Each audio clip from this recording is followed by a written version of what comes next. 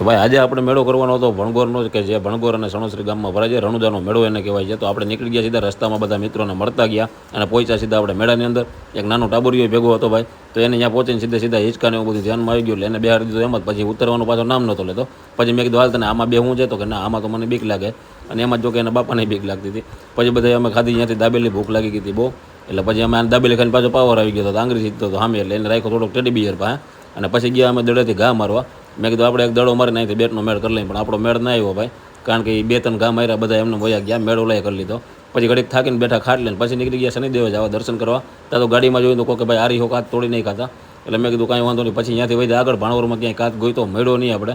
અને આપણે ગોતતા પીવા સાંજે લેટ પહોંચ્યા શનિદેવના મંદિરે. ત્યાં દર્શન કરી અને એ પાછો આરતી ટાઈમે જ શનિવાર હતો ભાઈ, એટલે મેં કીધું બધું મેળવારું હતું. ત્યાં દર્શન કર્યા, આને દર્શન કરવા બેહાડો. એ ભાઈ ઊંધો ભરીને દર્શન કર્યો.